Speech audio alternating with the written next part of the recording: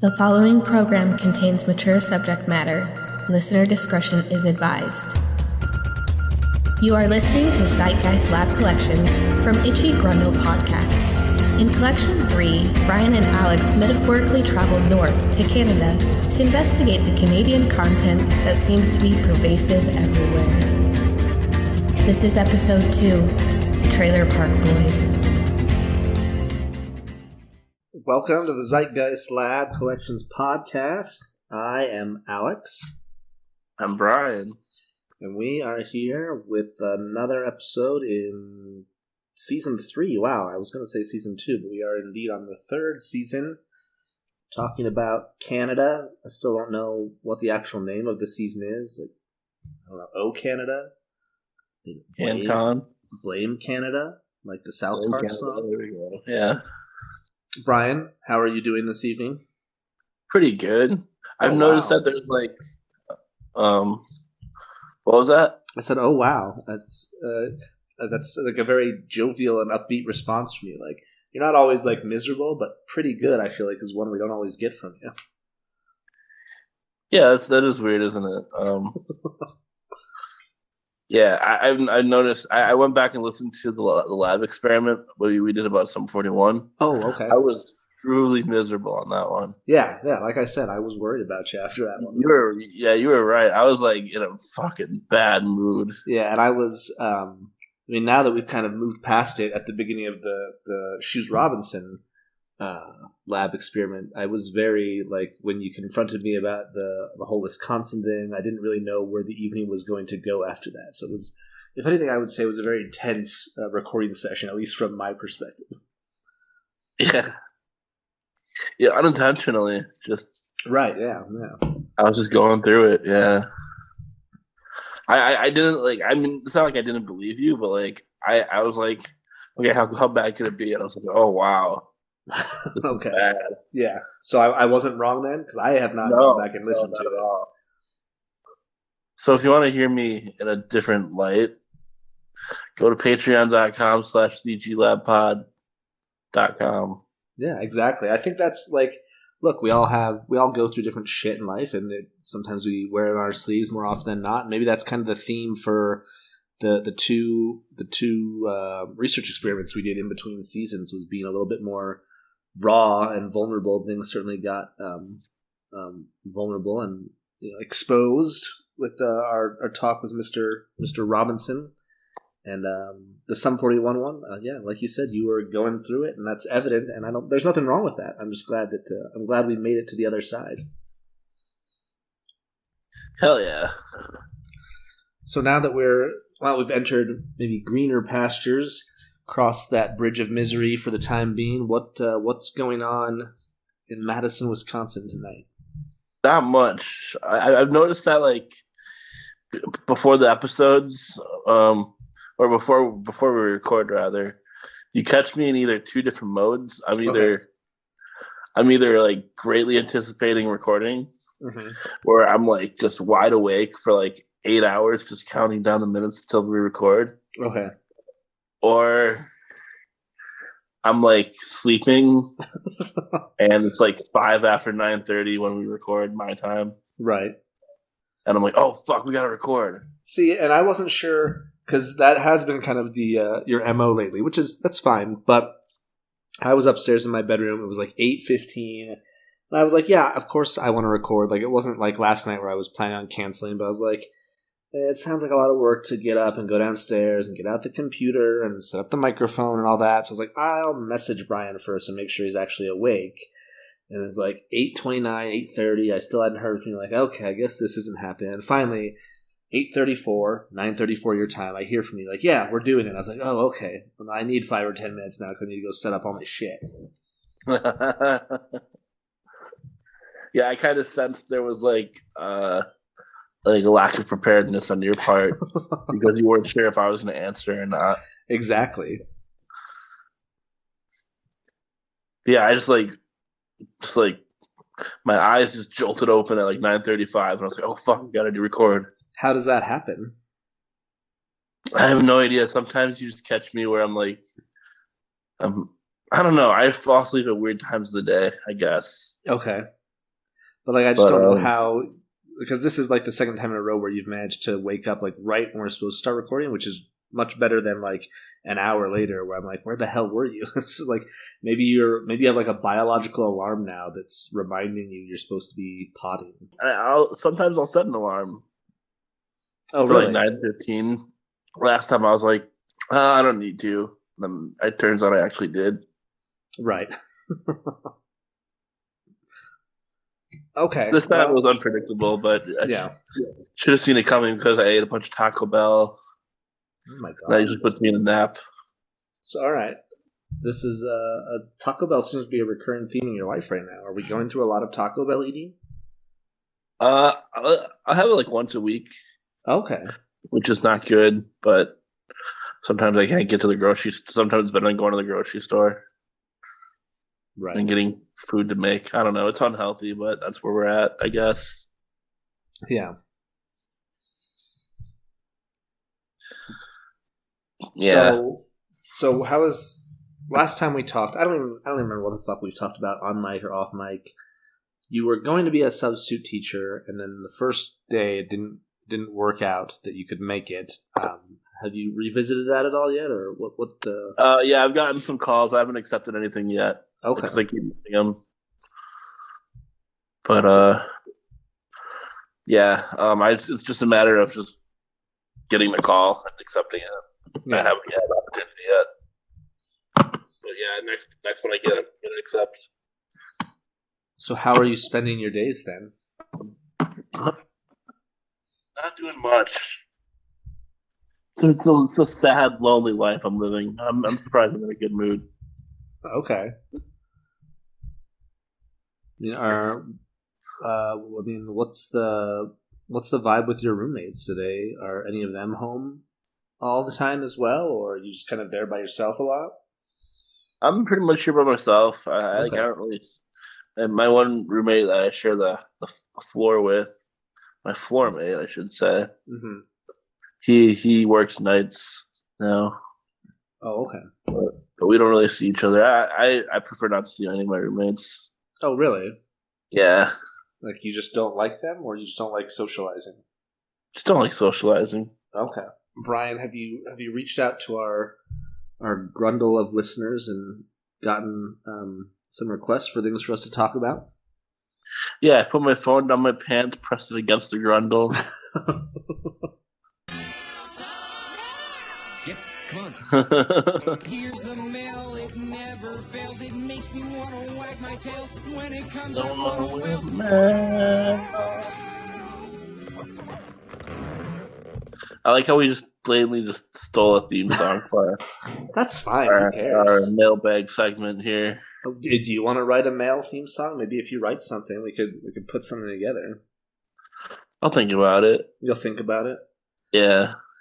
So what have you... So you took a long journey down to the grundle of the zeitgeist, and you come back with news from the grundle. What do you have for us today? Grundle, I like that. News from the grundle? News from the grundle. Let's see, what do we have here? I mean, Twitter is the taint of social media. Is it? I feel like it is. Yeah, Twitter sucks now. It's what's boring. the rectum? Because the rectum's worse than the taint, right? Like, I'd rather be the taint than the asshole. Oh, yeah, that's true. So what's the asshole? Maybe Twitter is the asshole. I don't know. Okay. Twitter is the worst form of social media. Maybe not. The worst form of social media is going to a party. That's why I didn't finish that sentence. Alright. Gabe Sleuth wants to feel us about your teeth. Whatever that means. Feel you guys about my teeth. I mean, okay, here, I'll do this. Let me remove my pop guard here. Yeah. Now, you couldn't hear that, Brian, because I record on a different device than what you're hearing, but I rubbed my teeth against the microphone, so I hope that Gabe Sleuth is satisfied that he was able to kind of feel my teeth through that. Ugh. Yeah, I don't have a way to do that. I mean, Well, okay. Well, why don't you describe what your teeth feel like? Is there like a film on them? Have you brushed recently? Haven't brushed recently today. It's been a while. Like how often do you brush every day? Or are you like not that often? Not every day, no. When I remember to. Okay. Are we getting like at least monthly or annually? Yeah, of course. Okay. I'm not a monster. All right. Do you ever go through any sort of cycle where you're brushing twice a day, like is recommended? Oh no, that's the recommended. Yeah, supposedly. I mean, like fuck that though. I don't do that. Yeah, that's weird. You gotta be weird. Yeah. Also, who are these people that floss? That's weird. I'll floss every now and then, like right before my dentist appointments. I'll do it in hopes that I can fool them. Yeah, they take it personally if you have fucked up teeth, don't they? I guess. I don't know. I just don't like being chastised. Yeah, I haven't gone to the dentist in years. I really need to. Okay. But that requires insurance. It does require insurance. Which is unfortunate. Which it shouldn't. Maybe it shouldn't. I mean, I don't know. I am still a Republican. I think that we need some sort of payment. It's not by the government for dental care. Is that the first time you said you were a Republican on the main feed? Maybe. It's kind of a dirty word now, though, right? Like, a lot of people probably hear that and think I'm some sort of Trump supporter. Which you're not. No, I'm not a Trump supporter. I'm a Mitt Romney Republican. Ooh. That's still pretty bad. No, it's not. Mitt Romney would have been an amazing president. I don't know about his that. first term would have been worlds better than Obama's second term. I'm sorry. I don't know about that. He was right about Russia.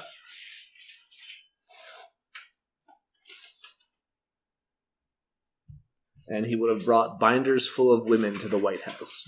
Yeah. That's what he would have done. With those binders full, he was that's what his claim to fame was. He had the binders full of women. He's LDS. They've all got binders full of women, right? Isn't that the stereotype? I forgot about that sound bite. I wish I forgot about it. Yeah, well. So, okay. All right, so we've covered our teeth. Is that enough about our teeth? I think so, yeah. The sluice is loose again. Feeling our teeth. It's creepy. And then Toes said, Foo Fighters, let's hear opinions on those dudes. Oh boy, and then you kind of went on a tirade there. I didn't go on a tirade. You just decided to answer off pod, and people are still mad about it. They are mad, and it was inadvertent that I answered Toe's question, because what happened was I posted my feelings about Paul Hollywood from the Great British Bake Off, and I was raked over the coals by Maddie from Wodonga.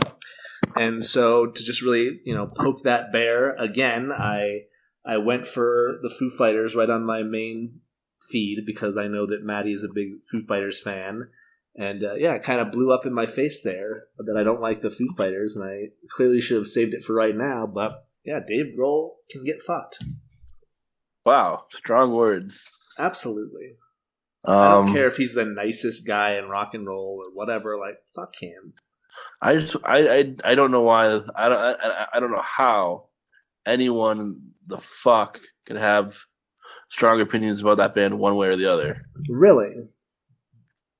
They're just the most average rock band in the world. Okay, so Foo Fighters or Weezer? Who's better? Who are you listening to if those are your only options? The Foo Fighters. The Weezer's the worst fucking thing in the world. I thought you just didn't like the discourse around Weezer.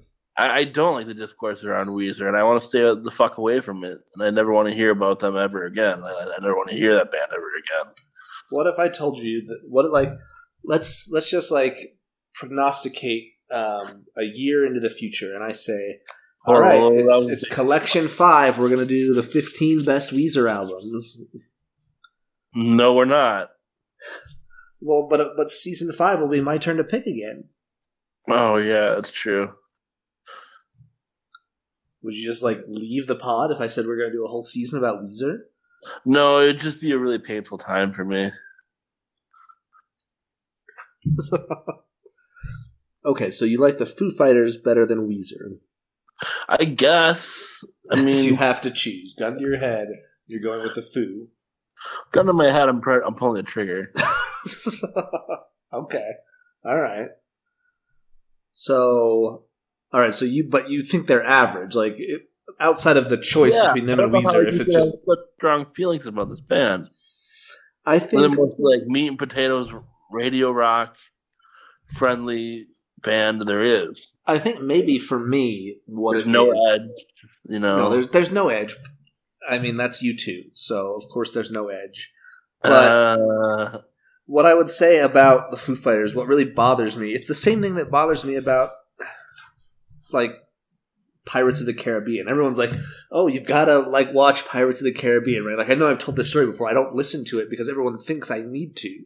Everyone's like, oh, the Foo Fighters are this amazing band. No, they're not. They're, like you said, they're average, but because so many people think they're so amazing, that is what makes me hate them. And also, independent of their actual music and talent or the perception in the public, Dave Grohl just really fucking bothers me. He's always got that fucking toothy grin. He's just so...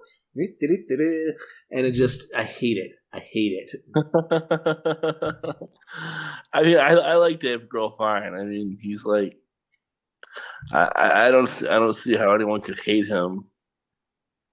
And also, fuck Nirvana. Whoa.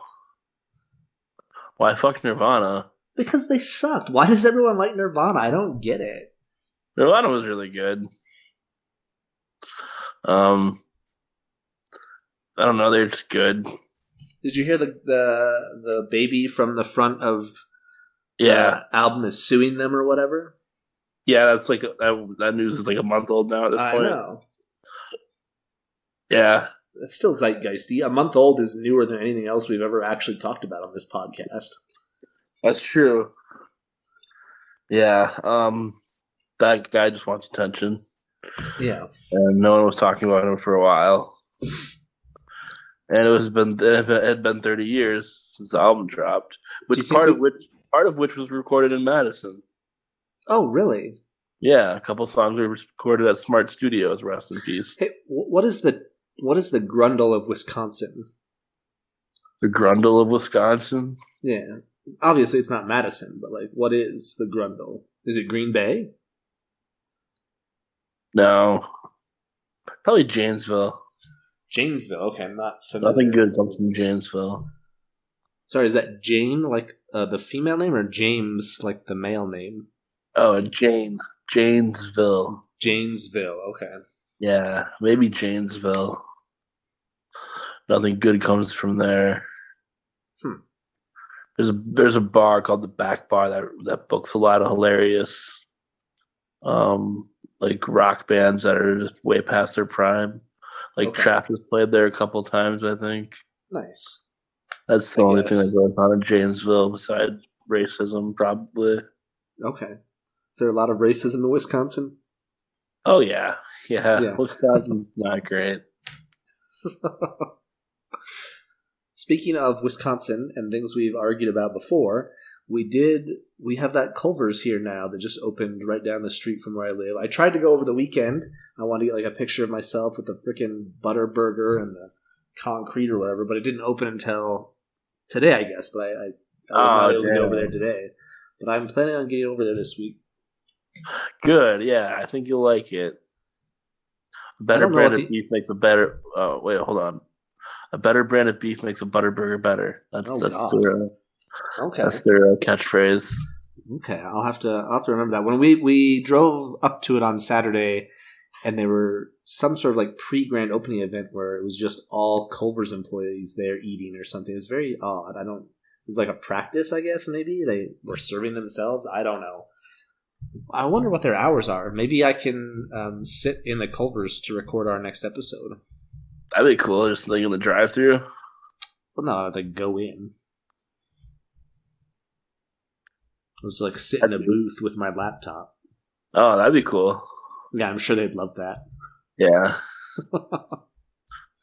Especially if you didn't like it. I'm just sitting there like talking about how shitty the food is. It's like, man, nothing good comes from Wisconsin. I'm sure that no one in there even knows that Culver's is from Wisconsin. I mean, the employees would know. You think so? Yeah, they gotta know the history of the Why? casual fast food dining experience. I mean, maybe the general manager would know, but the 16-year-old kid behind the counter taking my order has no idea that Culver's is from Wisconsin. Maybe not. All right, that was it for the mailbag then? Yeah. All right, news from the Grundle. News from the Grundle. Views Thank from the you. Grundle. Views from the Grundle? Ooh, that's horrifying. Okay, Trailer Park Boys, the next installment in our dive into Canadian pop culture. To me, this was an obvious one because I've enjoyed this show for such a long time. But Brian, tell me about you and the Trailer Park Boys. I have a feeling this is a show that you've enjoyed. Yeah, the Trailer Park Boys. This is a show that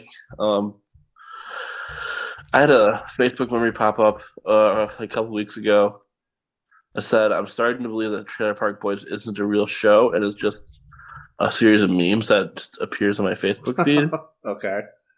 So I hadn't watched it until recently. So you know it from the memes rather than, like, that's where you got introduced to, was through a bunch of memes. Yeah, it's a show that exists only in meme form until recently. Okay. Not recently, like within the last 5 years or so. Okay.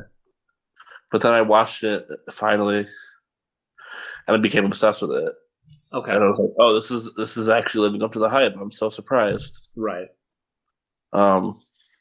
Because I didn't think it would live up to the hype because of the people that are posting memes about it, and just usually when people, I never take anyone's recommendations on things on shows.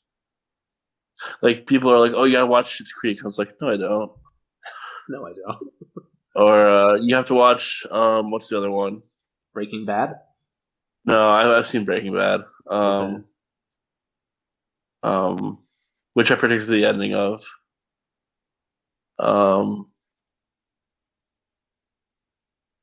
was the other one? It's like it's not Schitt's Creek, but it's like similar to Trailer Park Boys, I think. Letterkenny. Oh, Letterkenny. Yeah, You have to watch that one. It's like, no, I don't. No, I've had a couple people tell me that, but like that show always looks so fucking stupid. Yeah, I don't know anything about it. Other than people are telling me to watch it. It's like, no, I'm not going to do that. You're right. You don't know me. You don't know what I like. Okay, so Trailer Park Boys, it's been around for... Here's my problem with Trailer Park Boys. It's been around since like 2001, I think. Maybe even before that. Okay, premiered in April 2001, but it was based on some videos that maybe these guys had done as early as 1999. And so I watched it. I first came across it probably about 10 years ago now, and got all the way up through Countdown to Liquor Day, which is like the movie in 2009. And I thought that was kind of like the end of it. And for a while, it was, because the first 7 seasons aired through 2007. Then Countdown to Liquor Day, which was the second movie, came out 2 years later. And then 5 years later, in 2014, they started putting out more seasons. I have not watched the last... Jesus, at this point, they've now put out 5 more seasons. Have you watched all 12 seasons of this show? I don't think I have. I think it got bad at a certain point. Yeah, when Netflix took over, I would imagine. Probably, yeah. Um, let me just light my oh, come on. No, my lighter's done. Oh no. Sounds Shit. like you're up Shit's Creek. I have another one outside, but I don't feel like getting it. Well, there you go. Just swallow it. Rest in peace, Black Lighter. Can't you just swallow your blunt? No, that would be bad. Why? We gotta poop it out. Yeah. So? It wouldn't get me high. Oh, okay. I don't know how it works. I just thought you'd ingest it somewhere or another. You gotta burn it, and you gotta smoke it. Okay. Well, I don't feel like getting my lighter that I exclusively use outside. Oh, okay. You've got an inside No. lighter and an outside lighter. Yeah, I had one for like, it's from when I lived alone. I had a living room lighter and I had a bedroom lighter. And Nice. the black lighter was for the bedroom because that's where I go and be goth. Oh, very cool. You're very awesome. Okay. All right. So for Trailer Park Boys, kind of the way we're approaching talking about any TV shows for this season is we're going to talk about one episode, and then if we have a guest, we'll probably talk about at least another one. And that's the case this week. So we will have a guest later on this episode. But for this part, we're talking about the season 5 episode, I believe, called I Am the Liquor. Oh, is it season 3? Oh, wait. No, I'm the Liquor is the one we're talking with the guest, right? No. I'm the Liquor is the one we're talking about, just us. Oh, really? Uh-huh. Did you watch it, or are you not prepared? I watched both of them, yeah. Okay. Yeah, we're doing I Am the Liquor. Now, I chose this one because it was rated as like one of the number 1 best episode of Trailer Park Boys by some fucking website. I don't know. We know how well that went for our Rick and Morty adventure, but I do think this one really held up. Yeah, this one, I mean, it's hard to declare this one the best because it's part of a storyline. Right. It's in the middle of the storyline. That's the vibe I got from it. Yeah, and that was a little But bit... there wasn't really a conclusion yet. No, and it was a little bit annoying because I don't remember the storyline. Like, I know I've seen all these, and, 10 years ago, this episode made a lot more sense to me, but now I'm like not even halfway through. It's like the second to last episode of the season. So, like, it's almost the end of this story. I'm like, I don't really know what's going on, but it was still very funny. Wait, it's the second to the last episode of the season? Uh-huh. Meaning it's the penultimate episode of the season? I'm not familiar with that word. Okay. Just wanted to check. Yeah. You said second to last. I know that means something else. Second, what do you mean? Second There's to last. no word for it. No, not that I'm familiar with. Yeah, I believe it's penultimate. I'll have to do some research on that later. Yeah, go for it. So what did you appreciate about this episode? Well, like all the episodes, I appreciate just like the vibe of the show, and just like how it's just portraying these really lovable people that are just degenerates. Are they lovable? I think so. I think it's almost like it's more like, to me, it strikes me a lot like It's Always Sunny, just in the terms that I don't really think they're lovable. I think you're supposed to hate these guys, at least like Ricky.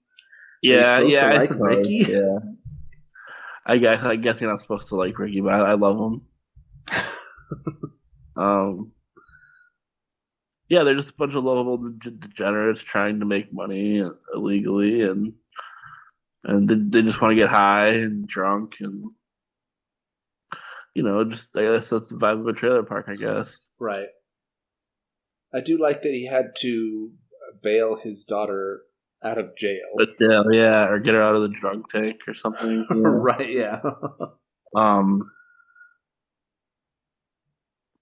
Yeah, I'm trying not to confuse this with the other episode I watched.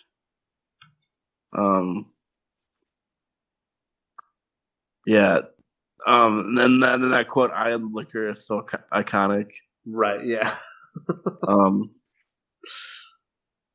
There's a band called See You Space Cowboy who have a song called Randy, I Am the Liquor. Oh, really? Yeah, maybe we could play that later. Yeah, sure. Yeah, no, I rest in peace, the actor that played Jim Lee. He's so good. But he reminds me of a roommate I had who was also old alcoholic. Oh, you lived with an old alcoholic. Okay. Yeah, no, he's the worst person I ever met. What was so bad about him? He was just a racist piece of shit, and he was just really antagonizing to everyone.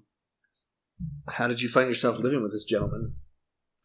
I didn't have a choice. It was my landlord. Okay.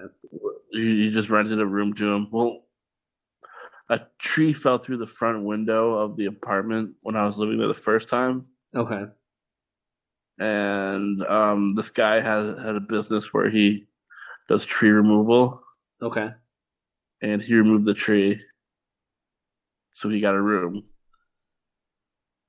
And when the tree fell over, the guy went up to me and said, "Yeah, man, I knew that thing was going to fall over sooner or later. I mean, I'm an arborist, so trees are my life." What? So I knew that thing was going to fall over. And I lived in this neighborhood my whole life. I knew that thing was going to fall over one day. Okay, I was like, great. Glad you said something, until after it fell through the roof. Right. So fast forward about 2 years. I'm moving back in. I moved out and decided to move in with my girlfriend at the time on our 6-month anniversary. Bad idea. Don't do that. Even if your relationship is going great, don't move in that early with someone. Okay. Unless you did already, I don't know. Unless you did already. Well, I'm married. Okay, yeah. When did you move in together? About 6 months after we started dating. Really? Yeah, about that. Really? Okay, well, Yeah. maybe. Well, I don't recommend doing it, but if it worked, it clearly worked out for you. Yeah, it's a case-by-case basis thing, I would say. Yeah, if the person you're dating is severely mentally ill, maybe don't do it.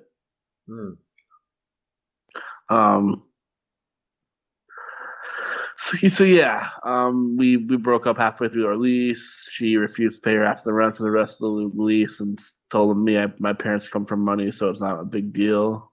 My parents don't come from money. My mom's a retired secretary. My dad's a retired school teacher. Right. So, anyway, so I decided to move back into the old place that where the tree fell through the window during a horrific storm, and I'm moving my stuff back in, and at one point I lost my ID during the moving process. Okay. And this guy comes up to me. He's like, "Hey man, is your name Brian Cole?" And I was like, "Yeah." He's like, "Were you born on 8/28/1989?" I was like, "Yeah, yeah." "Did you used to live at blah blah blah blah blah blah?" I was like, "Oh, this guy found my ID." Yeah. I was like, "Oh, so you found my ID?" And he doesn't. And then he doesn't even answer my question. He's like, "Is your driver's license number K400 blah blah blah blah blah blah blah?" Right. And I'm like, "Probably. So where was it?" He's like, "Oh yeah, I found it." He's like, "I found it I found it by the garage. Here, I'll go get it." So he memorized all my information on my ID. That's not creepy at all. No, and this, who the guy was? The arborist. The arborist. Okay. The guy who was like, "Oh yeah, I knew that tree's gonna fall over sooner or later." So now that's my roommate. And that was your roommate. And he's racist. And he's a racist piece of shit. He's the worst person I've ever met. Okay. So, yeah, that's my story about him. And he reminds me of Mr. Leahy a lot, Okay. but not in a good way. Not in a good way. No, not at all. I fucking hate that guy. Someone on Reddit says this is their favorite Trailer Park Boys scene of all time. Let's see what we've got here. This is from Eye on the Liquor. What's going on here, Mr. Leahy? Putting on the market, bud. I thought we were trying to sell it to Julian. Listen, at the price I'm asking, no one in their right mind's going to buy it. Julian is never going to let his grandmother's trailer be sold on the open market. We keep raising the price, Julian's going to have to raise more money to buy it, and the only way Julian can raise money is breaking the law, Randy. Breaking it. The law, Randy. Breaking the law. Then we'll catch him in a shit snare. Right, Mr. Leahy? Yeah, the dialogue on the show is just incredible. It is, yeah. And I don't know. I mean, it must be scripted, right? Is it scripted? Or are they like... Oops. I can't imagine that it's entirely scripted. I mean, I like to think that some of it's improv, but I could be wrong. Yeah, I'm not sure. You'd think that was something I would look up for talking about it, but I really didn't come with much here. Okay.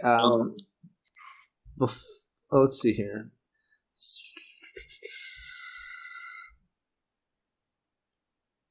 Many of the actors often make public appearances in character. Okay. The trio have stated that many of the show's most popular moments were not in the script. So there is a script, but there is some improv to it. The show is loosely scripted, with much of the dialogue ad-libbed from basic plot points. So we probably have to address at this point, there have been reports in the last few years that Mike Smith, the actor that plays Bubbles, has been accused of sexual assault. Oh, really? Uh-huh. I don't know that about that one. He was accused of sexually assaulting a teenager in 2005. Jesus. A woman alleges that in 2005, when she was 18 and out with her friends in downtown Halifax, she met Smith, then 32, at a bar. She says after she showed Smith her fake ID, he bought drinks for her and her friends who were also 18 and under the legal drinking age of 19. She later told police Smith sexually assaulted her at his home. This is per an article in Vice. So this is our reporting. It's Vice, so just take it with a grain of salt. Exactly. But I believe that after this, I think in recent years, the actress that played Lucy, I think, left the show over these allegations. Oh, wow. That's too bad. Yeah, I've heard allegations of him like hitting women in public. Oh, really? Yeah, that's what someone who actually lived near where it's filmed told me. Where is it filmed? Is it filmed in Halifax, Nova Halifax? Scotia. Okay. Yeah. Okay. Someone I used to know. So in 2016, Lucy DeCater, I think is maybe how you pronounce it, who plays Lucy on the show, announced her dad, resignation. Mr. Leahy. Oh wait, no, not her dad. The other girl on the show. Her dad is Mr. Leahy. Okay, so she tweeted Saturday. This is 5 years ago. She was resigning from the show only hours after her colleagues released a statement in support of Mike Smith, who was accused of domestic battery in Hollywood. If I find out that somebody is abusive, I cut them out of my life. It's very easy, she tweeted. Wow. In another tweet that has since been deleted, she said her resignation was connected to Smith's arrest. Yeah, so okay, that's following the allegations that he had hit someone in public. Yeah. Okay. Interesting. Okay, so this is from 2016. Trailer Park Boys actor Mike Smith, who plays Bubbles, arrested in L.A. Smith was arrested in Los Angeles. The incident is alleged to have taken place in the Roosevelt Hotel. Smith was released on $20,000 bail. So I wonder how this ended up playing out. I don't know. I mean, they still do live shows, and he's still really successful. So it's just one of those things. So was Michael Jackson when he died. I guess so. I don't know how that is connected to anything we're talking about. Because he was very successful and he was a child molester. And who was still wildly popular at the time of his death. Okay, yeah. Sure. The alleged victim released a statement in support of Smith and the charges were dropped. So maybe that's just weird. That's all the Wikipedia says, is that the alleged victim released a statement in support of Smith and the charges were dropped. Oh, wow. It's very strange. Yeah. Wonder if they were threatened or something. I don't know. Okay, so the only other thing I've got is, I guess, proof that this show should probably just be dead now. Is this song they released earlier this year called The Kitty Man Sea Shanty. Was a cat with a hungry belly. The name of the cat was Whiskers Jelly. His throat was dry and his bowl was bare. Meow, me fairy cats meow. Soon may the kittyman come with birds and mice and some tasty nums. One day when the critters come, we'll eat till our bellies are full. While Jelly got his boys and they gathered round, they scattered seeds from a sack they found, in hopes the seeds they spread on the ground would bring small critters a boot. Soon may the kittyman come with birds and mice and some tasty nums. One day when the critters come, we'll eat till our bellies are full. Yeah, that's pretty bad. Yeah, that would fit right in with an album we're going to be talking about shortly during this collection. But this was not great. But that's, as far as I can tell, this is the most recent thing they've released. Yeah, I think they're kind of running on empty at this point. Yeah. So final thoughts about Trailer Park Boys, or at least the episode "I Am the Liquor." Yeah. What we watched was vintage Trailer Park Boys. This is what you just showed me is it's not. No, like I said, they're running on empty. But the show, at its time, at its peak, where it was brilliant, and insanely watchable. Right. Yeah, I think this was a great episode. It reminded me of everything I liked about the Trailer Park Boys. I haven't watched it in probably 10 years, but this definitely made me think, okay, I think maybe I should go back and revisit it, because it's really funny, it's really sharp, and I don't know, I'd like to think that it's not like offensive in a like a mean way. Right, yeah. Which I think is very Canadian about it. Yeah, sure. Canadians aren't offensive in a mean way. Compared to something like South Park, where you have to be mean to be funny. Right, absolutely. So, all right, well, let's take a brief commercial break, and on the other side of that, we will talk to our guest this week, Jordan Lane, about another episode of Trailer Park Boys. Hell yeah. Randy, what do we usually do in this situation? Normally we call the cops, Mr. Lane. And then what happens, Randy? Oh, then they come and they arrest the boys and they go into jail. For a few months, right. We need to eliminate them permanently, Randy. How do we do that? Who owns the hash in the driveway? Well, Cyrus and his gang. Exactly. Randy, I got $100 here for groceries. I got $1,400 here for liquor. And I got $6,000 for you to go and bail out a couple of shit puppets. We need a few more shit puppets for our play, Randy, and they gotta be angry shit puppets. And you gotta make them angry. You say whatever it takes to get them angry, but they're not angry at us, Randy. Shit puppets are supposed to be angry at other shit puppets. Take the bus. Listen, Mr. Lee, they could kill one another. Wouldn't that be nice? Yeah, but we can't be involved with murder. Exactly, Randy. Mr. Lee, is this you talking or the liquor?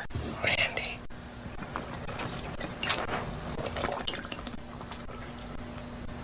I am the liquor. All right, welcome to the Zeitgeist Lab Collections. the host of 2 different podcasts. Holy Shit, I Have ADHD and Infinite Horizons Radio. Among other things, a former guest of this podcast already, Mr. Jordan Lane. Jordan, how's it going tonight? Doing pretty good, not too shabby at all. Yeah, it's a quiet night here in Calgary, Alberta, Canada. So nice. So we were just talking a little bit off mic, and I think you were going to ask us something, but then you said we should record first. So I'll give you the floor here. Well, because I was just curious, because I was reflecting back over some of my favorite and least favorite ideas of Canadian content and Canadian stereotypes and whatnot. And yeah, so what leads a couple of guys from the States to want to talk about CanCon at length in the first place? Well, so the kind of the way our podcast is formatted is we trade off seasons who gets to pick the subject, and this subject or this season was mine. It kind of starts with like maybe 5 or 6 years ago. I made a friend, and they happened to be Canadian. It was like, oh, this is the first Canadian I've ever known, which sounds like, I don't know, when I say it out loud, it almost sounds racist. Like, oh, I have a Canadian friend now or something, right?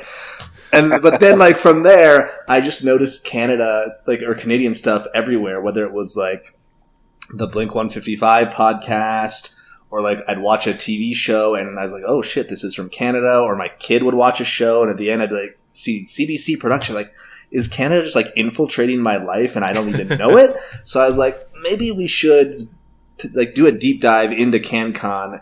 And you're here to talk to us about Trailer Park Boys, which is maybe some of the more well-known CanCon, at least outside of Canada. But some of the things we'll be diving into this season are maybe more obscure and more unknown, because I want to discover something. I want to learn something about Canada. I don't just want to talk about like the fucking Trailer Park Boys for 15 weeks or something. But yeah, that's kind of why I said, like, what the fuck is going on up north? Like, what is there something in the water? Like, what the hell's going on up there that their culture or their pop culture anyway seems to be everywhere. That's super interesting. Yeah, it's funny. There is sometimes this it almost does feel like Americans exoticize us to like a certain degree, which is very, very funny because like, I think that the biggest point of differentiation for a lot of Canadians is that we are not in fact Americans, and it's just like this weird sort of inverse national pride where it's like a pride in these things that we aren't instead of that. And also it's really funny because that idea of Canada and Canadians as like the States but not so extra, like that has completely had the lie put to it in this last year too, with like, all of the legacy of our own, like colonial violence being finally kind of uncovered this past year. Like we can't even pretend we have that leg to stand on anymore of like, well, at least we didn't do colonialism as bad as these guys. Right. Actually, it turns out that maybe we did. Yeah. We're just better at hiding things, so. Right. So, okay. And not to get too grim right off the bat here. No, it's fun. And I think that's actually really interesting because when I think of, like, if you had asked me, 10 years ago, and obviously 10 years ago I was much more immature, but I would have said, like, oh yeah, what's different about Canada is it's colder and they have free healthcare.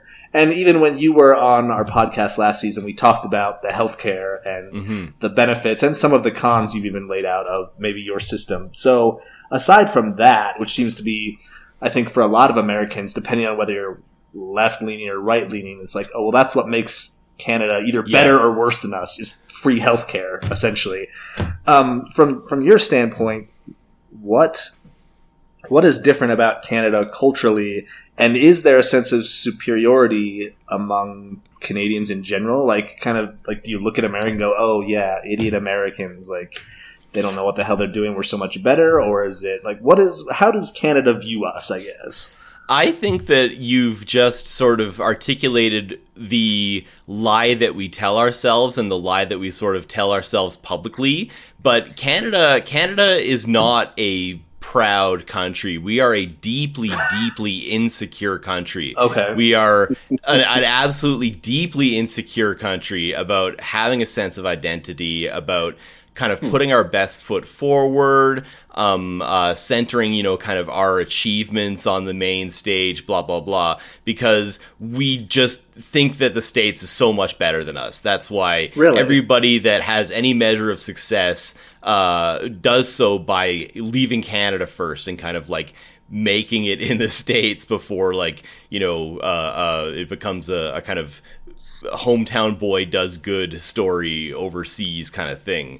Gotcha. But yeah, like we have just an absolutely rotten perception of ourselves, and probably deservedly so. But we will never admit that to anyone, especially ourselves. Okay, so this is a rare look behind the shiny exterior, and you admitting that Canadians, is it like a self-loathing thing, or like where does it come from? So, like, I guess kind of how you perceive maybe our mannerisms to be, I would say, like, it's functionally identical to like the UK, how Britons behave, except their version of it, they are actually like they're proud of themselves with a straight face, like as a country, their nationalism. We both live in the shadow of the UK because we are still a colony of them. We never truly broke away, but we also live in the cultural shadow of America and the economic shadow of America, to, you know, like a much larger degree. In a lot of ways, Canada is, you know, this is going to sound really dramatic, especially given what our resource companies do overseas. But in a lot of ways, Canada is almost a colony of the States, economically speaking. Okay, like we are raw materials, we are resources to you guys. It's just other people still do all the processing and all that kind of stuff. There's like an extractive element to a lot of the Canadian economy, and that sort of leads us to, I think, unconsciously think of ourselves as like the subjects of imperialism, or the subjects of like forces beyond our power. And of course we've got this big fucking chip on our shoulder about it. So Okay, that's interesting.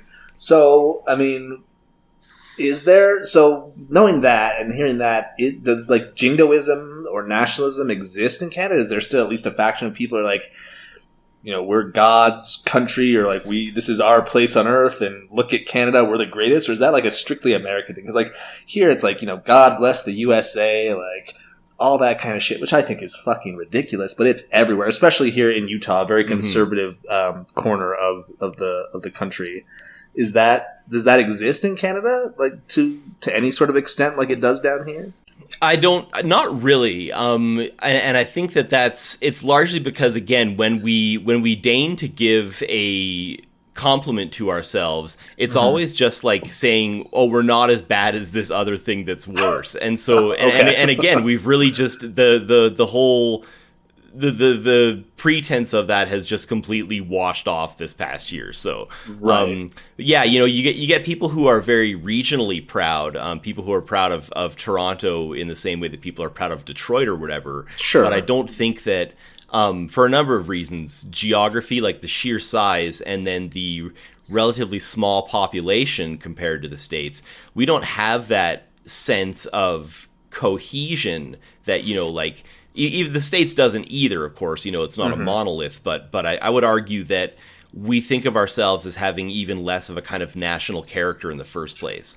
Gotcha. Okay. All right, so kind of moving into more, I mean, I guess less grim or maybe less raw discussion about Canada or Canadian culture. One thing I had kind of sent to you was like to talk to us about what's the most accurate Canadian stereotype, and what's the one that you hear and you're like, no, that's wrong. It like drives you crazy. Like, do we have a lot of them right or wrong? Like, because I think, oh yeah, Canadians, it's always like, oh yeah, they're really polite is the first thing that comes to mind. Like everything's always like, oh, sorry. Like, are you guys polite? It's Minnesota nice. It's Minnesota nice. Okay. I retweeted something the other day that said, "Sorry is Canadian for fuck you," which is that's pretty much it. Okay. So it's a very passive aggressive. There's a sense. You know what? There's a sense of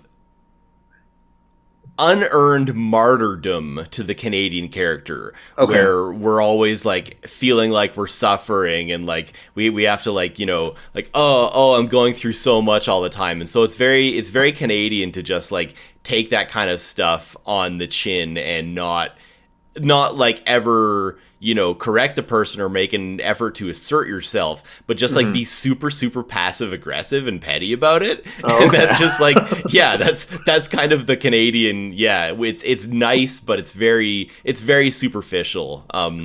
Where, you know, like, it's interesting.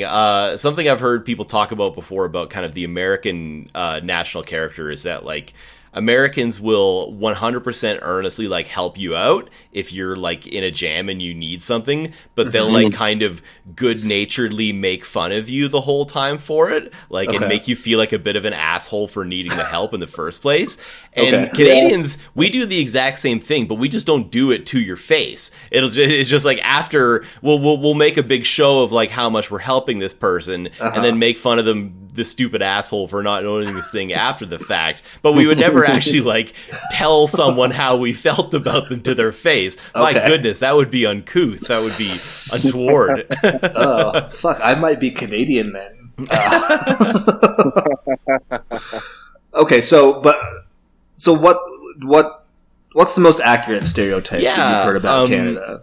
So it's interesting. I don't know about kind of really accurate stereotypes. I know that a lot of the stereotypes of kind of Canadians, especially as relates to the accent, speech patterns, all that kind of stuff, that stuff doesn't really resonate for me as much, partly because I'm from the prairies. So I was born in Ontario, but I've been out on the prairies since 87. So we have a much more neutral accent than the East Coast does, and especially, when I say the East Coast, I'm using that in my head to refer to Ontario, but I'm opening up another Canadian geographical can of worms here, because of course Ontario is in fact central Canada, and people on the actual East Coast of the Maritimes would you know, flag, what's the word I'm looking for, flog me for calling Ontario the East Coast. But anyway, that kind of oot and a boot, blah blah blah, that sort of this Bob and Doug Canadian English, that's a very Ontario and east of Ontario kind of speech affectation. And then, of course, as you get to the East Coast, that's when, depending on where you are, the accents get really fucking colorful, as you guys saw some of on Trailer Park Boys, because those guys are, I want to say, New Brunswick guys, but filming out of Nova Scotia. So, yeah. Okay. All right, that's really interesting. Like, I mean, I figured, like, with anywhere, there's a regional thing to it, but I did not realize it was more, I guess, East Coast based. Okay, let's move into Trailer Park Boys. So, I was looking for a guest for this episode, and I put out a message in the Discord server that we're all in for the 155 podcast, and you responded almost immediately that you were a huge Trailer Park Boys fan. I was like, oh, this is perfect, a Canadian who will come talk about Trailer Park Boys. So, Tell us what your relationship has been with Trailer Park Boys. What makes it good, and is it a good representation of at least a part of Canada? I'll start at the end there and just say that I think that Trailer Park Boys is an absolutely like wonderful sort of encapsulation of one element of Canadian culture, and I really believe that, like, you know, well, we're almost at 20 years from after it came on. I really think that Trailer Park Boys is going to be something that resonates far beyond Canada for a long time, and really kind of continues to bat outside its weight in terms of like influencing people who are into comedy and stuff. I really see it as like, you know, people have that anecdote about like, well, the Velvet Underground only sold 10,000 records, but everybody started a band, and that's how Trailer Park Boys feels. Is it's like, it's that influential, even if it hasn't been like, you know, they're not doing Bryan Adams numbers, but they're also not doing numbers. Like, it's very popular stuff here. So Okay, so it is popular in Canada as well as outside of Canada. Very much so, and it's actually a pretty rare kind of success story for a piece of Canadian media to not only break stateside and kind of overseas. You know, there's people in like Australia and the UK that really like Trailer Park Boys as well. But what's strange about that is that stuff almost never happens when it is something that is so unabashedly Canadian as Trailer Park Boys is. It tends to be things that are kind of more like just less obviously Canadian, because again we try so hard to make everyone else, other countries, like us, that the first thing we want to do, our instinct, is to just get rid of everything Canadian, get rid of all the niche stuff, get rid of all the local references, get rid of all the kind of things that make it, you know, you can peg this as being like, well, this is Canadian. Right. That's the first thing we want to do, is sand those Canadian edges off for the international market.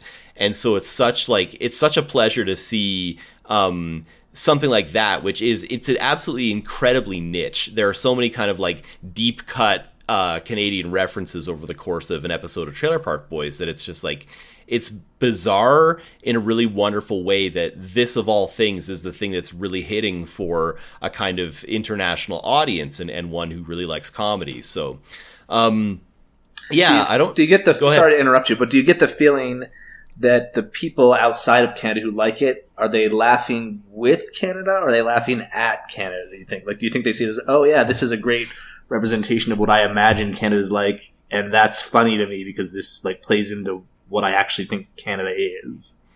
I think it's kind of both. I think though that like there's obviously things that on the face of it are like they're funny characters as a representation of Canadians. They're right. You know, they're like delinquents, they're petty criminals, they never learn from their mistakes, they live in poverty. You know, the classism, another thing that kind of runs deeply here in Canada, but of course we don't talk about it nearly as much. And so, you know, like that idea of a person living in a trailer park, of course, you know, that carries a fair amount of stigma. But I think that people ultimately, if they stick with the show, they end up rooting for those characters because I think that it's not only a show that looks on first glance to be much dumber than it is, but also it looks to be much shallower than it is in terms of not having kind of an emotional heart to it or any kind of resonance on that front. But it's a story about three, you know, fuck-ups who care about and for each other very, very deeply and you know, are always there for each other, supporting when people are going through it, kind of never letting themselves get down about that stuff. It's a really kind of heartwarming thing. So, I don't know. Have you guys ever seen I know Joe's talks about it a lot, an English show called People Just Do Nothing? Yeah. I have not seen that. It reminds me of that a lot.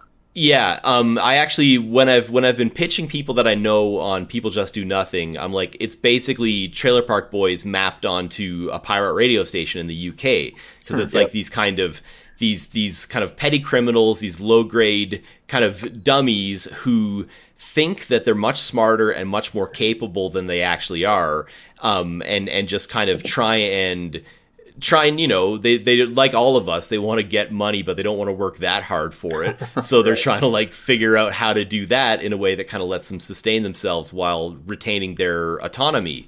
And it's a very, both shows, I think, just really, they're super kind of quote unquote dumb on the surface, but then like I wrote Trailer Park Boys off when I first saw it because I was just like, oh, this seems dumb when I watched like 2 minutes of it at a time or whatever. Right. But then when I actually sat down and watched it, it was like, fuck, man, like the writing on this is incredibly tight. Like, it is so dense with jokes and funny ones, and all the characters have so much personality, and there is, over the course of a relatively short episode, the one that we watched for this one, there is a huge amount of like not only plot development, but there's like an arc to all the characters over the course of that episode too. Right. Like it is just so tight and concise in terms of the writing.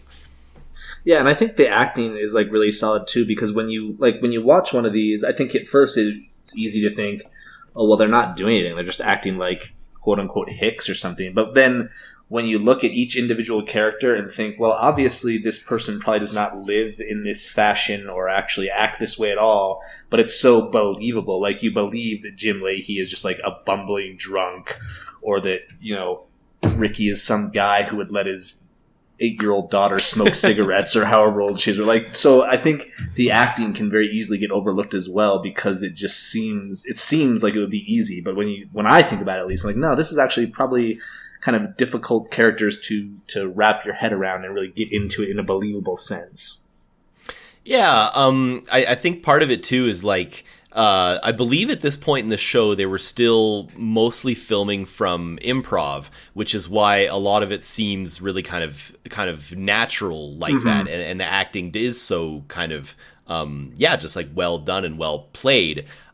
Is they kind of go in like, okay, here's what needs to happen in this scene, but we're not going to get more specific than that. And then they do 6 or 10 or whatever it takes and kind of pick the best one and kind of use that to develop the story. And so you get a lot of that. A lot of the kind of spontaneous, really, really funny moments that can only come from improv and those unplanned moments. But they are such talented actors that none of them break when somebody does something super funny off the cuff, and right. You know, they just kind of roll with it and like, okay, well, let's escalate this a bit and make it sillier. So for sure. Also on the acting front, the guy that plays Jim Leahy, John Dunsworth, thank you. John Dunsworth, absolutely phenomenal, like Buster Keaton level physical comic, like an unbelievable fucking physical comic. So funny and talented. Absolutely. So I want to get into talking about the episode that we are watching. We're kind of, for this season, we're doing things a little bit differently. In front of this guest spot, we talked about a separate episode, and now here we're going to talk about an episode that you've picked. We're talking about the season 3 episode, If I Can't Smoke and Swear, I'm Fucked. So before we actually dive into this episode, I have a question that I want you to think about it as we talk about this. Maybe at the end you can tell me if I'm right or wrong, or maybe you'll just know right away. But in our conversation that we had the other night, I was asking, are these characters supposed to be likable? And I think what I settled on is yes, except for Ricky. I don't understand why anyone would necessarily ever like him or root for him. He just seems kind of like an asshole that like, he's funny, but I don't ever find myself rooting for him in particular. So maybe just think about whether or not you agree with that as we kind of dive into this episode. So I asked you what your favorite episode is, and I think you basically just said this. Tell me why did you pick this one? I think that this one really exemplifies the show. After it had kind of found its legs. The first season was a little bit slower. It's not as kind of not as dense with jokes and stuff like I was saying. There's not as kind of much action. They hadn't really figured out how to kind of push the envelope of the limitations of what they were doing as far as like production wise. But they also hadn't got like fully into scripting everything, which that stuff happens about season 5. So it's a really kind of nice like mid-period thing, and I really think that this episode is just everyone just firing on all cylinders. There are so many like iconic line reads in this one. There are so many like just great bits that I remember forever. The courtroom scene at the end is just so good. Like there's I really cannot say enough good things about this episode. Okay, and so Brian, you and I haven't talked about this one yet. What were your thoughts on this one? Because you said you went back and rewatched it, correct? Yeah. I think the courtroom scene is my favorite. It's just so iconic. Where he's like, you know, he's like, look, I can't talk without swearing. Right. It's just so good. Well, I love that he makes the prosecutor give him a cigarette at the end. He's like, "You've been a dick the whole time. Like, just give me a cigarette." Yeah. Like, it's just so absurd, but hilarious. Yeah, and the prosecutor just like, but I've only got 2 left, and then gives him one anyway. Again, Right, yeah. that like having someone kind of being a fucking dick to someone, and then having them come over and ask you for a cigarette, and you make a big protest of it, and then you give it to them anyway. That is like the essence of that Canadianness that I've been talking about for the last 20 minutes. Oh, okay. Like that is the Canadianness in a nutshell. Is you're never gonna not give the guy a cigarette, because you know that would not be nice. You got to do the nice thing at all times because you're Canadian. But you're gonna make this person know that, like, hey man, like, fuck you too, but yeah, fine, here, have a fucking cigarette. I'll just, and again, the martyr thing comes up. I'll just go, you know, between court cases to the 7-Eleven and get another pack. I'll somehow find time for that. Right, yeah. And I just like how unrealistic it is too when the judge is like, well, I guess it is your right to be able to smoke and swear because you're defending yourself. Like, I mean, I don't know. I barely know American law, much less Canadian law, but I've got to assume that's not actually how court works in Canada. Like, no, but that's what I love about it, is that sort of it's a heightened reality, right? And I think that's kind of part of some of that exoticism that I was talking about earlier, that I ascribe to Americans, the American gaze on Canada. I think that us having a political and legal system that is mostly like yours but just different enough is one of those kind of like, maybe this plausibly could happen in a Canadian courtroom. Like, could a judge in a small enough jurisdiction do this for someone? And you know, it kind of like it kind of gives that plausible that plausibility to it, which I think is really funny. So Okay, so in this episode we see Ricky trying to help his daughter quit cigarettes, basically jipping her out of patches because he needs them, smoking while he's got his patch on despite the constant protestation that we shouldn't do that, and not letting his daughter do that, which, whatever. And then, so we're stealing gas. What I really like about that, by the way, is that he tells you, like, he describes the different tastes of, like, unleaded versus, like, premium versus diesel, which I think is really funny.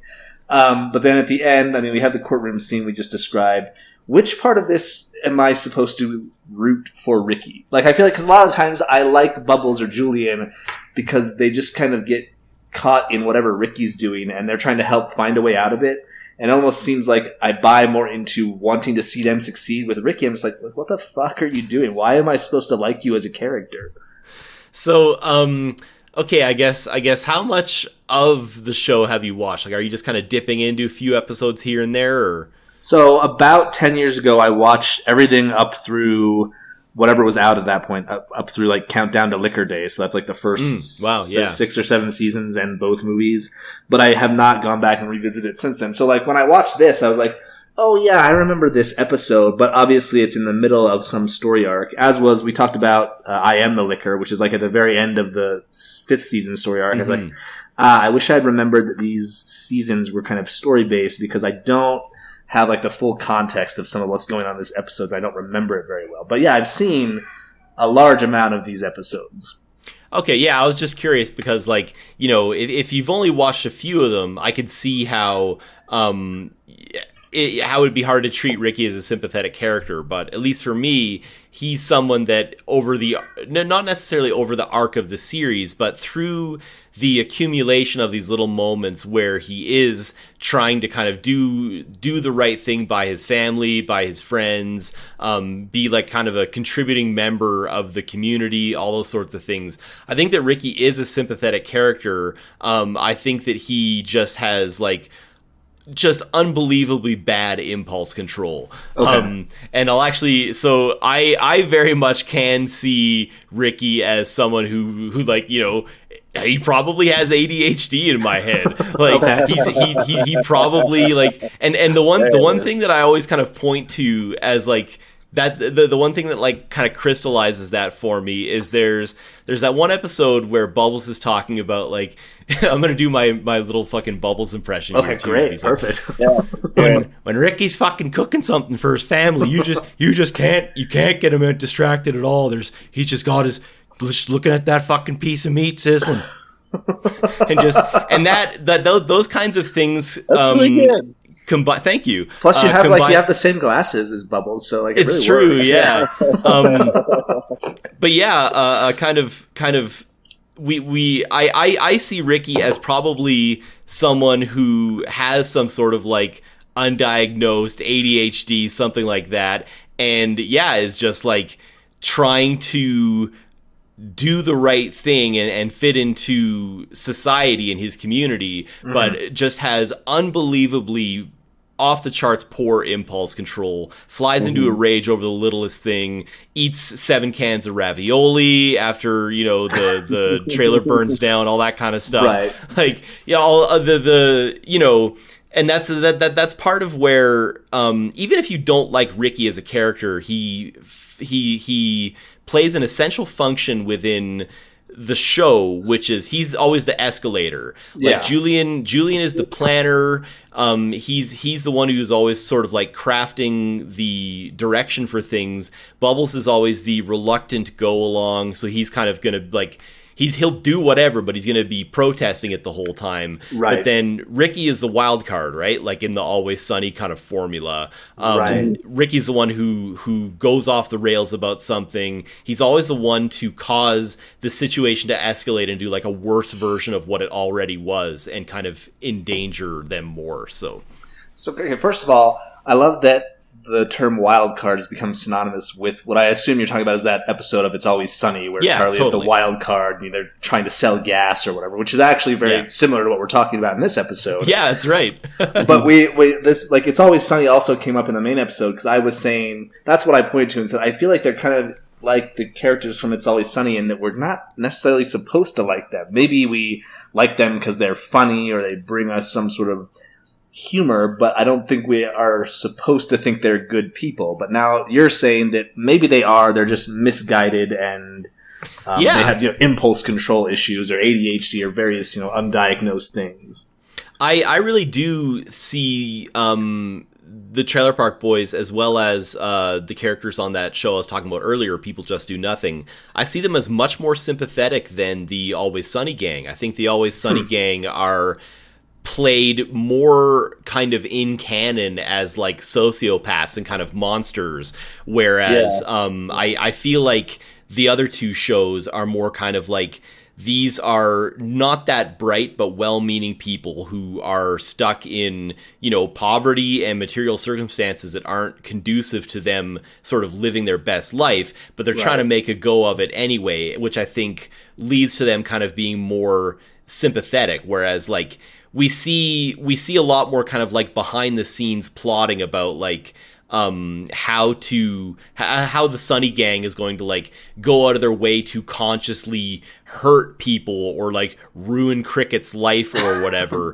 Whereas Trailer Park Boys, that's never a desired consequence. It's always like let's get money, let's get paid, and we're going to do our best not to fuck anyone over that bad at the process. But again, wildcard Ricky comes in and escalates the situation, and then the guns start firing. So and thinking about like where the contrast is as well would be like I would never describe the gang from It's Always Sunny as like down on their luck. They just have so much confidence, even when they are actually down on their luck or they're up against all odds, and we as the viewer know they're never going to overcome it.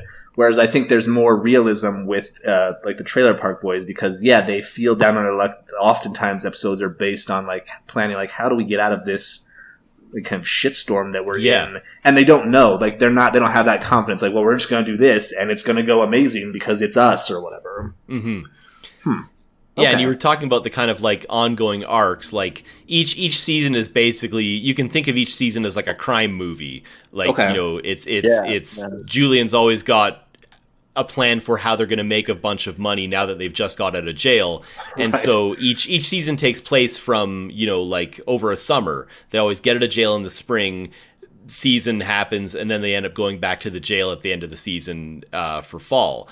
And so like if you just kind of like that's just how it's structured. And I can't remember what I brought that up to make a certain point, and that's completely fucking gone off the rails now. So nice. Please forgive me on that front. But I do like. I think maybe I'm hoping I didn't get the two episodes mixed up, but I think it's this one. Like because you're talking about how the constant cycle in and out of prison.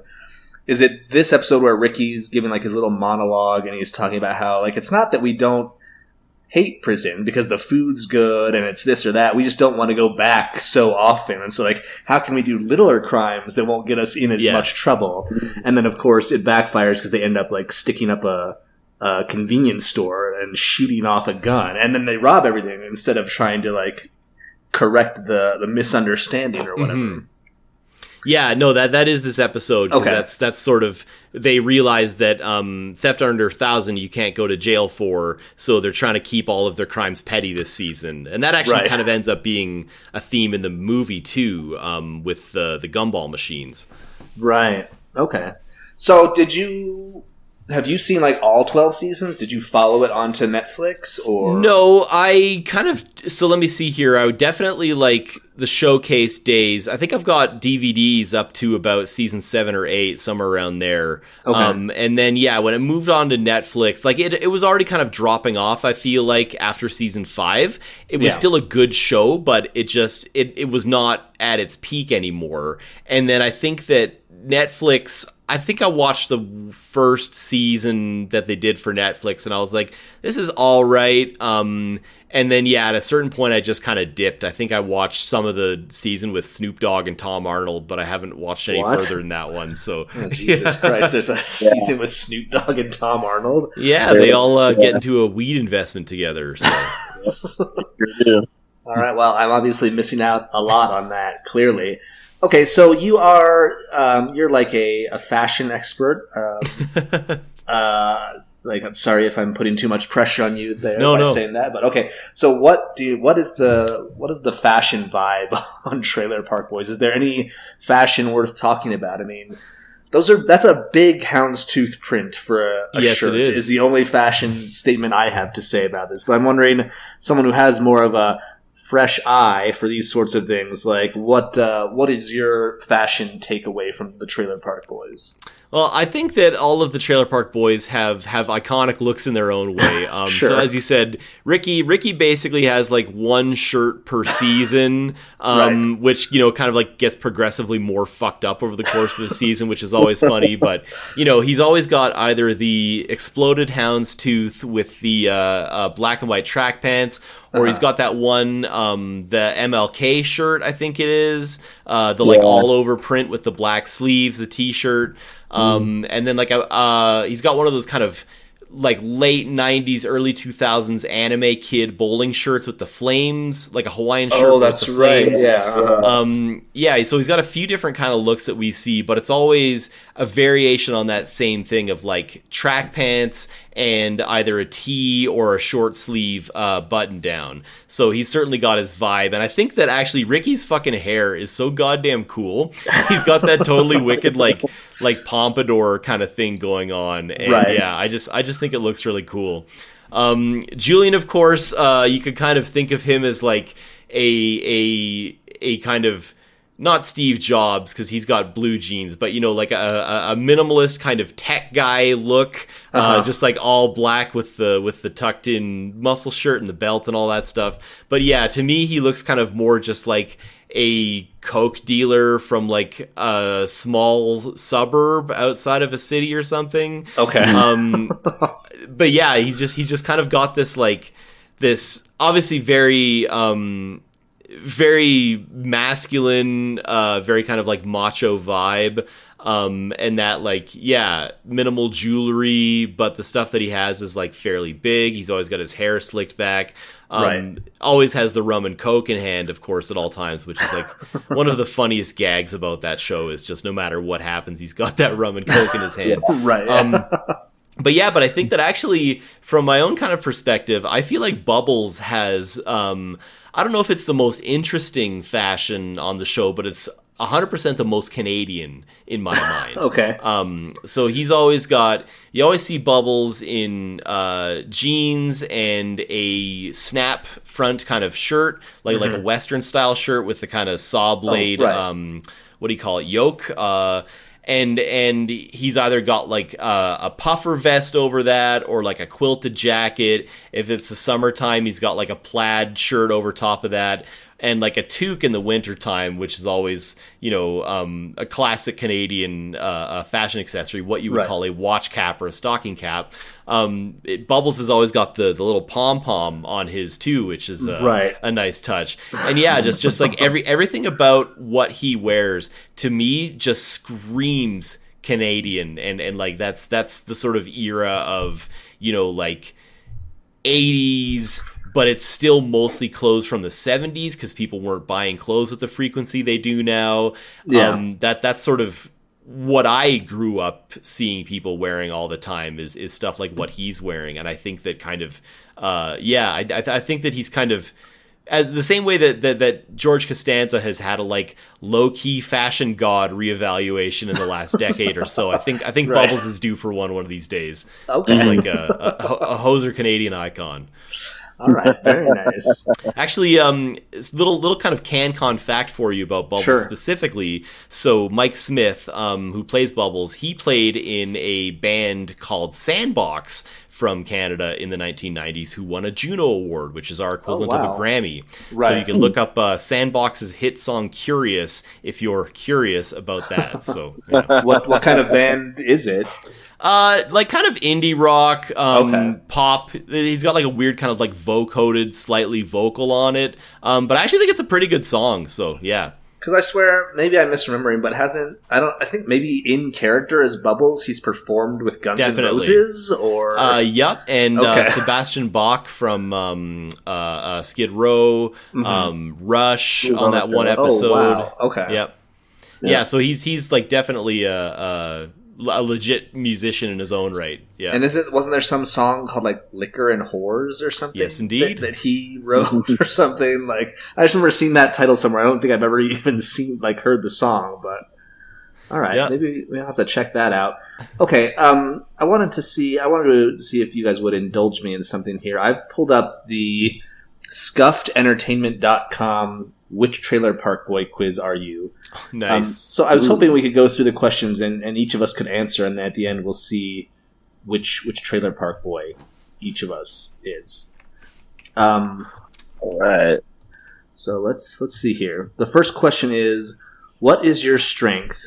Dedication, discipline, creativity, or trustworthiness? And Jordan, since you're the guest, I'll let you answer first. Could you repeat those answers for me? Dedication, discipline, trustworthiness, and creativity? Mm-hmm. Dedication, maybe. Discipline, no. Let's go with creativity. Okay. And Brian, how would you answer? Go with dedication. Dedication? You've been nothing but absolutely dedicated to this podcast, so sure. I can't disagree. I think Alex? I think I would say discipline. So as the only parent in the room, probably. So. Right? Yeah, exactly. Yeah. So let's see if my internet's going to play nice here. Okay, the second question: what is your biggest fear? Being alone without family or friends, not being successful financially. My greatest fear is to have no more fear, or not believing in myself. Being alone. Being alone, okay. Mm-hmm. Yeah, being alone is mine as well. Okay. And I think for mine, I don't know, that's hard. I really like money, but I also don't like being alone. Third question, what really makes you angry? Liars and lies, abusive parents, screaming children, or bad manners? Jordan? Well, I gotta say, abusive parents kind of sticks out as like a pretty bad one amongst these four things. Okay. So I'm gonna go with that. And Brian? Yeah, I want to go with screaming children, but abusive parents really does stick out. I am going with screaming children. As Jordan pointed out at the last question, I'm the only parent in the room, and there's just really something about screaming kids. So, I mean, I don't like abusive parents either, but luckily I didn't have any, and I'm pretty sure I'm not one, so I guess I don't have the context. Okay, question 4. What makes you laugh the most? Sarcastic jokes, watching a stand-up comedian on TV, reading a comic book, or seeing someone make fun of someone else? I'm gonna have to say, let's say, sarcastic jokes. Okay. Yeah. And This is gonna make me seem like a bad person, but seeing someone make fun of someone else. Okay, I'm glad you said that because that's definitely mine too. Although sarcastic jokes are very funny, I do like seeing people get made fun of. See, I almost didn't go with sarcastic jokes. I was almost like, maybe just like someone doing comedy on TV, because sarcasm can be kind of mean sometimes. Okay.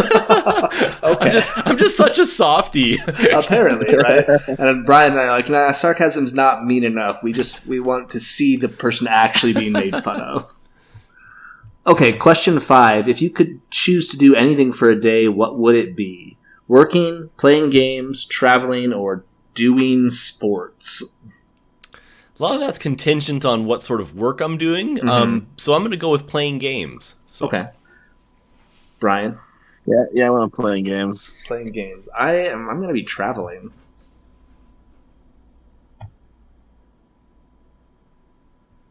Okay, question 6. Would you rather ride a bike, ride a horse, drive a car, or walk? I got to say I'd rather ride a bike. Okay. I'm a walker. You're a walker. All right, I'm going to be on the bike. It's like my meditative time is being on a bike. I'm not getting on a fucking horse, that's for sure. Are you afraid of horses? Yeah, I'm kind of afraid of horses. I'm more afraid of deer. Me too. But yeah, anything on 4 legs that's bigger than me, I'm going to be pretty scared of. Okay, what type of music do you listen to? Rock, pop, classical, or electronic? Well, I'm going to have to go with electronic, I think, out of the 4 selections there. That makes sense. I guess with these 4, I'm a rocker. Okay.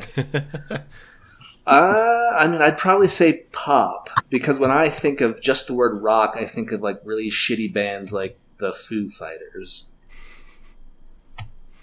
Ooh.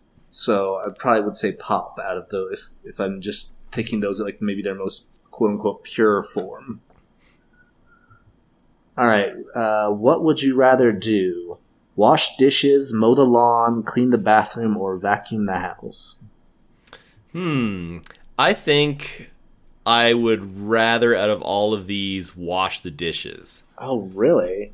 Yeah. Now that I could, that's very interesting because that's like my least favorite chore because it never ends. It's so pointless.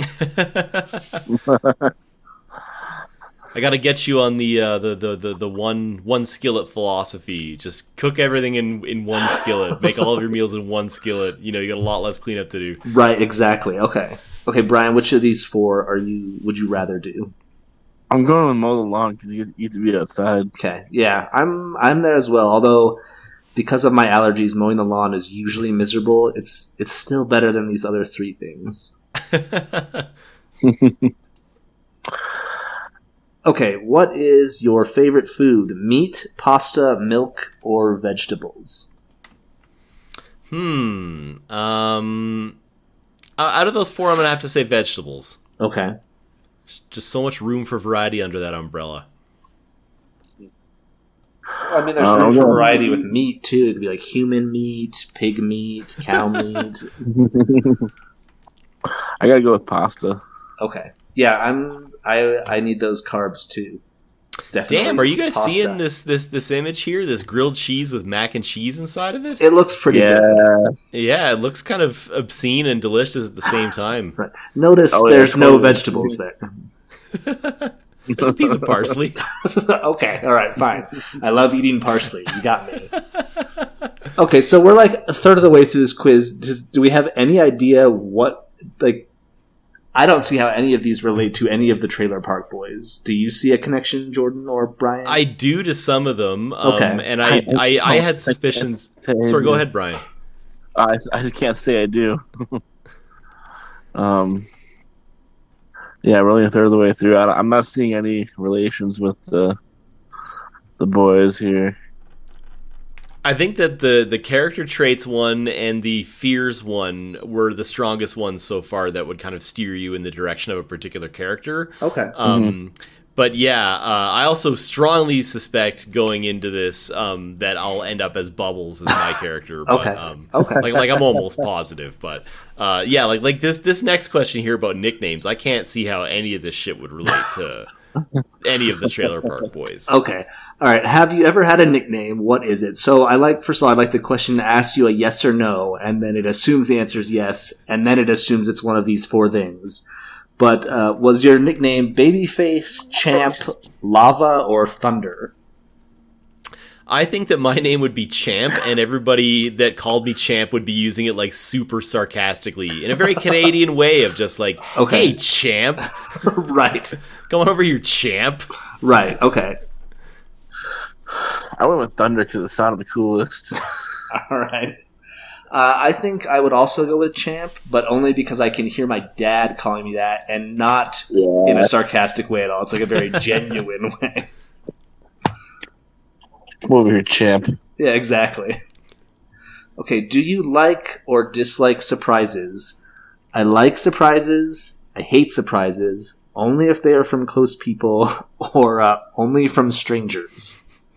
Only from strangers, huh? I hate it when someone familiar to me surprises me in some way, but someone I've had no previous interaction with, oh yeah, absolutely fucking come up behind me and make a big sound. Right, exactly. I am gonna say that I like surprises. Oh, okay. Only if they're from close people. I feel like I really gotta make a distinction. Gotcha. I hate surprises. Like, I hate... we have, like, a family Zoom call once a month, and sometimes we'll get a package ahead of time. Like, don't open it till we're on the Zoom call. I'm like, oh, God, I'm never going to give the reaction that I'm supposed to because I don't give good reactions. It's like, oh, yeah, this is nice. And they just want, like, this big, oh, my God, you got me this book or whatever. And so it's like, yeah, I don't do surprises.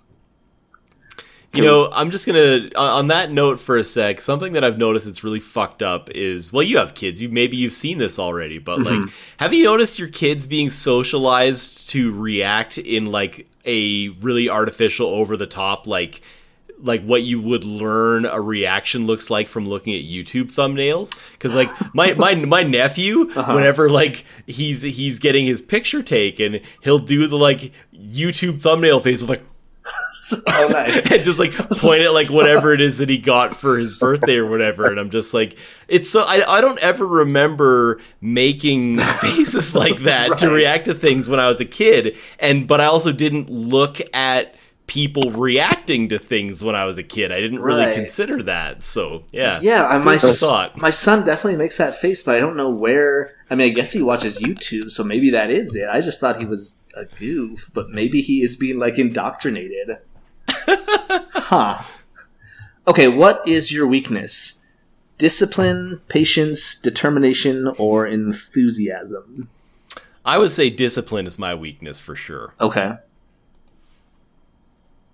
I gotta go with enthusiasm. Okay. I am torn between patience and enthusiasm. I'm not a patient person, but I think I can fake it to an extent. I can't fake being enthusiastic about something. So I'm going to go with enthusiasm. What do you do in the evenings?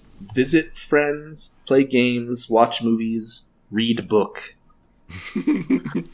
I'm gonna say that's tough to say, Rick, because like normally over the course of my entire lifetime that would average out to visit friends. Okay. But in the past 18 months it's been like play games because I have not, coronavirus. I haven't been visiting friends the way I would like to. Right. And I definitely haven't been read book. I would love to read book, but Sure.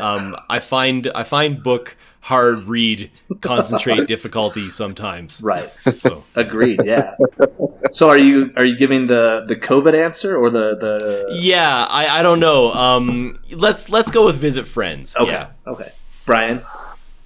Well, podcasting isn't an answer, so No. I have to go with. That would be visiting friends, though, right? We're friends. I was thinking about that. Yeah, this is true. We're visiting friends here. Yeah, I'll go and visit friends. Okay, I'm doing watch movies. So, okay. Fuck hanging out with friends. I'm gonna watch movies. I'll hang out with my friends on the silver screen. Right, exactly. Okay, ideal vacation: Hawaii, Egypt, boat cruising, or Budapest, Vienna, and Prague, rather. I'm gonna say right away that boat cruising is out. Oh yeah. No. I would want to do one of the other three. But I'm not much of a traveler at all. I've actually only kind of been outside of North America once. Okay. So let me see here. I'm gonna say Budapest, Vienna, and Prague. Okay. Get the threefer, get to see Europe, see some cool architecture, some things like that. So yeah. Okay, Brian. I want to go with the threefer as well. Okay, I'm probably gonna go with Hawaii just because I like the beach, and I have a goal to visit all 50 states. Where Egypt and Budapest would be interesting, I don't have a goal of getting to them because I don't think I'll ever be financially well off enough to do so. And also, which of the three, what is Bubbles? Does Bubbles give a fuck about any of these things? Again, I don't see how this ties into the quiz that the question we're trying to answer. Right.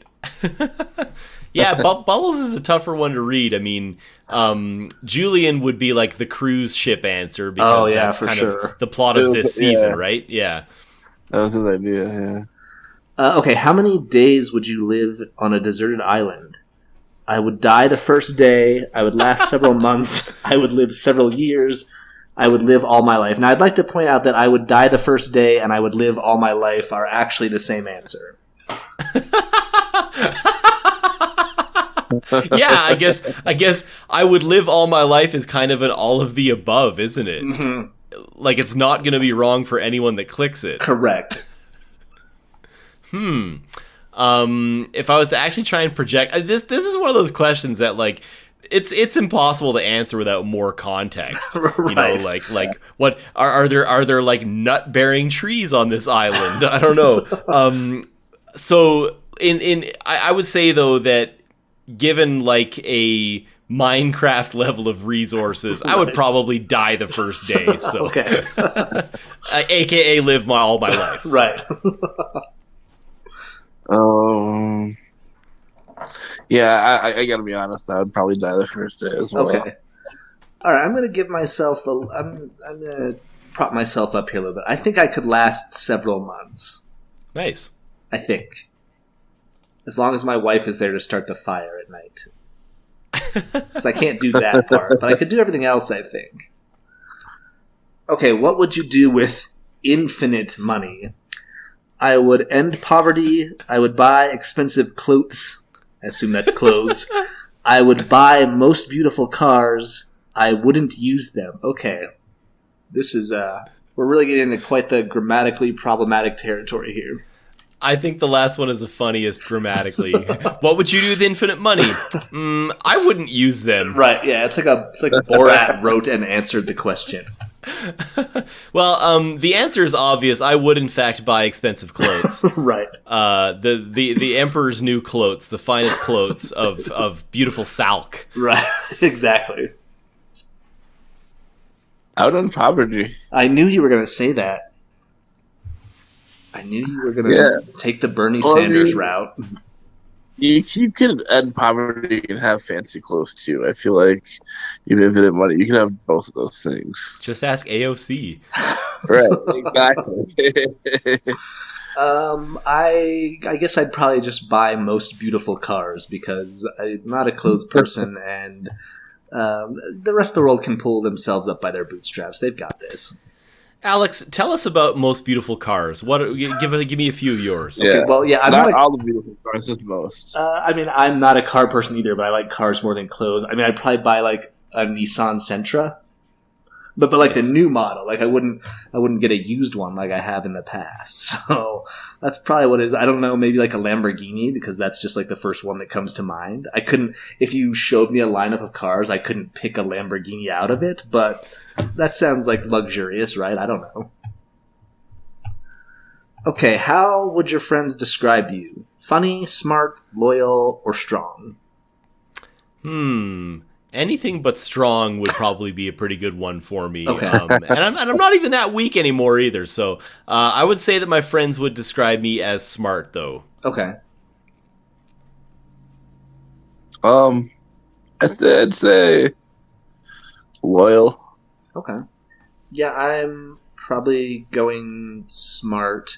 They don't realize that I'm actually funny because I'm usually making fun of them, but they'd probably say smart.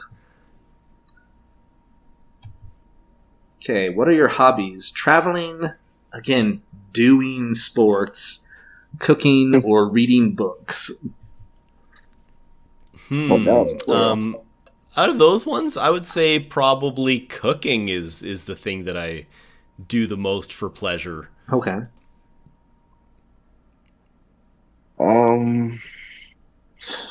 Gotta go with reading books. Okay. All right. Yeah, Kind of upset to be paralyzed at this time. I was yeah. going to say, it's not read book anymore. Yeah, No. that's frustrating. Yeah, I'd probably say cooking. I'd probably rather be traveling, but I wouldn't call that a hobby at this point. Maybe once I get that infinite money. Okay, what is your favorite pet? Does Canada use the U in words like favorite? It does, yes, Okay, the that's- English U. That's problematic. Okay. We're very much like half British and half American when it comes to our spelling conventions and our weights and measurements. It's kind of like we take a little bit from each and Gotcha. have this weird mishmash. Okay, so you try to have your cake and eat it too. Yep, and we spell cake Cauke. So I knew it. Okay, favorite pet: dog, cat, parrot, or fish? gotta be cat all the way, my friend. Absolutely. Yep, cat. All right. I think that might be the first one that all three of us had the same answer. Nice. Some unanimity. Exactly. What form of public transportation do you prefer? Air, boat, train, or car? I like trains the most out of all of those, I Okay. think. Yeah. Same here. Now, I'm probably going to say air, but that again, this is like all the other ones are actual names of vehicles. There's no vehicle called air. I'll assume we're talking about an airplane, though. Like I think that's a safe assumption, I yeah. don't hop on the air. It's not a Rocketeer jetpack. Right, yeah. Okay, all right. 9 questions to go. Home stretch here. I still have no idea who I'm going to be. Okay, what's your favorite zoo animal? Lion, giraffe, monkey, or bear? That's a tough one. That's a toss-up for me between lion and monkey, because on the one hand, a lion is a big kitty, and as established, cats are the best animal. Right. But on the other hand, monkeys are very, very fucking funny. I'm going to have to go with monkey, I think. Okay. That's what I got too. I think I would go bear as long as it's a polar bear, because I like watching the polar bear like dive in and out of the sad little water contraption they have him in, I guess. All right. But I don't like. Wouldn't it be awesome if they threw live penguins into the polar bear tank once in a while? That would be so cool.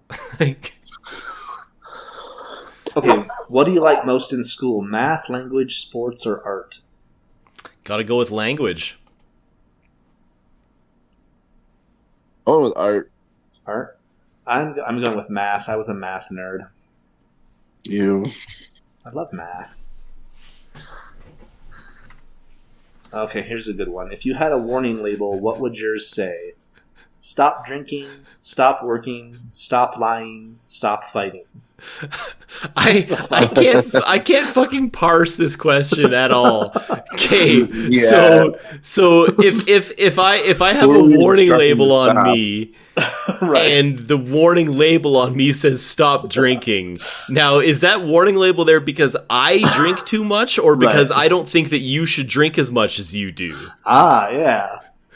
I'm really not clear how this works. But I think that stop working is like a universally powerful statement, whether someone is telling me that or whether I'm telling other people that. I think it works well, both giving and reciprocating. Okay. Just stop fucking working. Okay.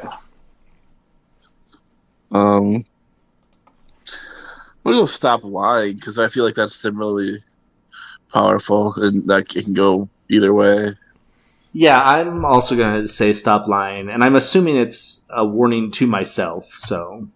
Okay, if you could join any past or current musical group, which would you want to join? Queen, the Beatles, Nirvana, or The Prodigy?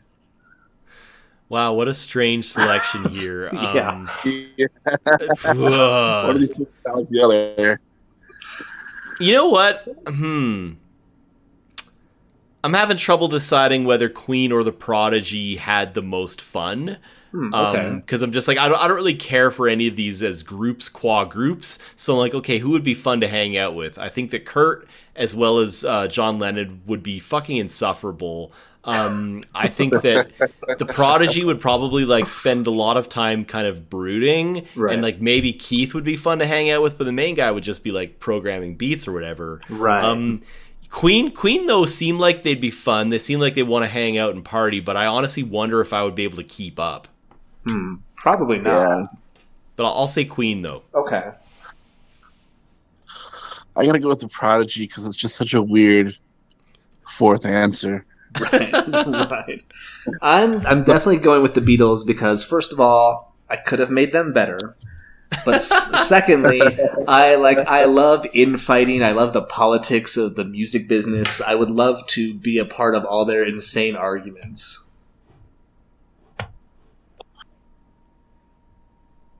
Okay, how many languages do you speak? 1, 4, 3, or 2? I gotta go with 1. That's 1 language for me. Okay. Yeah, I only know 1. Same here. This is the most baffling one so far. I have no idea how the number of languages would factor into what Trailer Park Boy I am. Right. We're going to get to the end and find out that Trailer Park Boys is an actual thing, and we're just going to have an answer that makes no sense to us. It's like a Melee spinoff. Right. Okay, who knows you best? Your mom, your partner, your friend, nobody but yourself.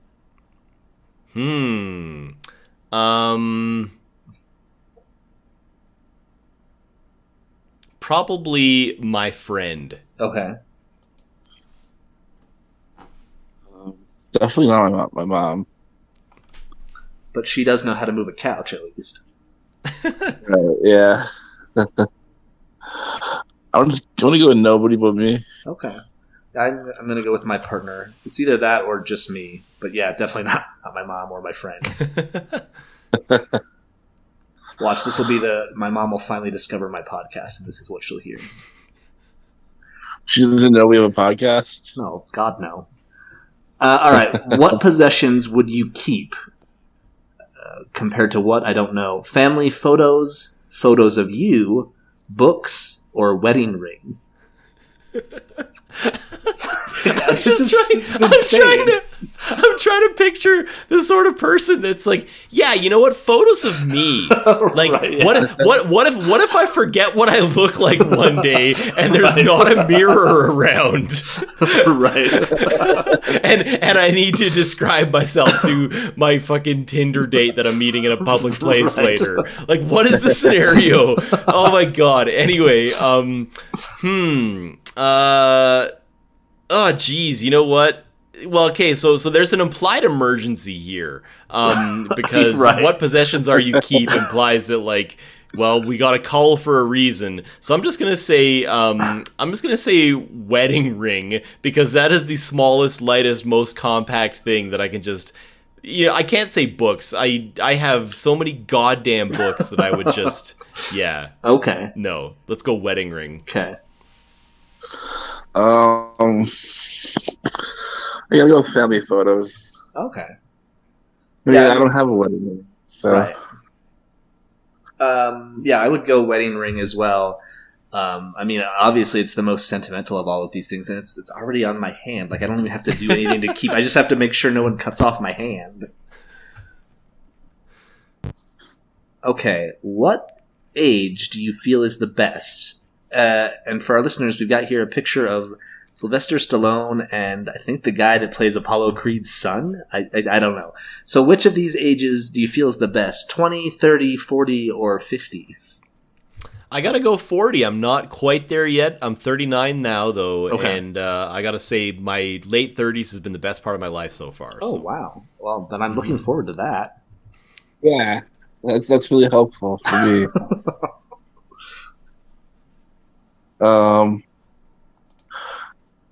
I'm gonna go with 20. Okay. Just because I don't know. I feel it was a good time, I guess. Yeah, let's go with 20. Okay. Yeah, let's see. Physically, for me, it'd be 20. I felt in better shape, but mentally, 30's been better. I don't know what it's like to be 40 or 50, so I'm gonna go 30. I'm gonna value my mental health over my physical health. Okay, what's your favorite drink? Water, beer, wine, or whiskey? So literally, as a sober person, I have one fucking option here. Yeah, unfortunately. we've got what looks like cola, cranberry juice, and orange juice above in your kind of the image they've used to illustrate this question, but none of those are on tap at this particular bar. No. So I'm gonna have to. I'm gonna have to go with water. Okay. I'm not a sober person, but I still gotta go water. I love water. Yeah, I'm not a sober person when it comes to alcohol, but if it's not vodka, then I don't really want it in terms of alcohol. So yeah, water. The vodka of non-alcoholic drinks. Exactly, they look the same.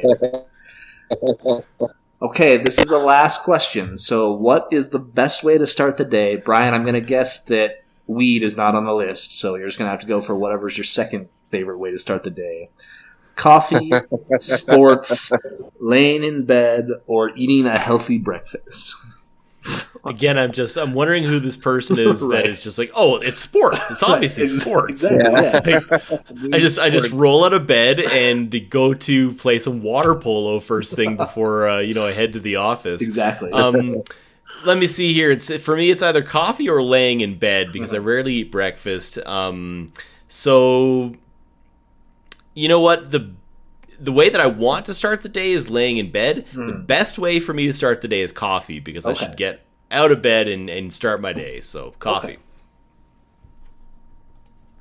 Okay. I gotta go the honest route and go with laying in bed. Right. Now, Jordan, you brought up an interesting dichotomy. Is it the best way to start my day, like actually get me moving, or is it the best way what I want to do? What does best mean to you? Right. I'm going to choose what I want to do and go with laying in bed. Although, like you, if I actually want to be productive, coffee would be the best way for me to start the day. All right. That's it. Jordan, do you want to reveal who you were given? Who I'm hitting the next... Oh my god, I did not expect this one. Okay. Huh. Wow. Okay. Crazy. What did you get? I am Jim Leahy. Oh. I am Jim Leahy, the drunk narc. Right. But you're drinking water. Yes, I'm drinking water, even though in the picture of Jim that they've used to characterize this, he is in fact, of course, drinking booze. Of course, yeah. Brian? I got Randy. Oh, wow. Which I think kind of makes sense. Yeah, I guess I can see that. He's not. I'm not a leader. He's not a leader. Okay. You know, we love like hamburgers. Is Jim Leahy an evil genius? Like, is he like a mastermind, Jordan, or is he just kind of stumble his way into these plans that he thinks will result in the downfall of the Trailer Park Boys? I think that Jim Leahy is a decently smart person who, unfortunately, like, kind of... Yeah, he has a kind of a small man complex, I feel like, where he is relatively smart, and he certainly knows that he's smarter than the Trailer Park Boys are, but he's not that smart. We can even see that in this episode when he says that video evidence is tantamount to the truth, when he means tantamount. Right, And so it's one of those things where it's like he's relatively smart, but he's not that smart, and unfortunately, Jim Leahy's real problem is that he doesn't have any aspirations, and he doesn't believe in himself, so he's been the Trailer Park supervisor forever, and by not kind of figuring out what it is that he wants to do, instead he's sort of let this stagnation creep in, and that begins his descent into alcoholism. And for those who don't know the whole history of the show, you can actually see where the nugget, the catalyst of Jim Leahy's descent in the Trailer Park Boys Christmas special, which I believe comes between seasons 5 and 6 or something like that. Okay, I don't remember that. I'll have to check that out. Either way, I was also Jim Leahy, so that's what I'm trying to figure out. So you're saying I have small man syndrome or something like that? Well, so do I, though. Right, yeah. And both of us are going to be, we're going to have a shirtless Brian in tow doing whatever we ask of him. Yeah, actually, I should dig that up and send it to you guys. I'll have to clear it with my friend, though, first, but... Geez, this would have been a decade ago probably, but my friend Tom and I actually went to a Halloween party as Randy and Leahy. Oh, wow. Okay. And so he let me shave like a bald spot into the top of his head, and I went as like I can't remember what Randy calls himself when he's hooking for cheeseburgers. He's got a different name for his kind of character, but I went as that version. Oh, Smokey. Smokey. So we went as Jim Leahy and Smokey to this Halloween party. Had a real fun night. So yeah, you should definitely clear that with your friend, because I'd love to post that on the socials along with dropping this episode. That would be great.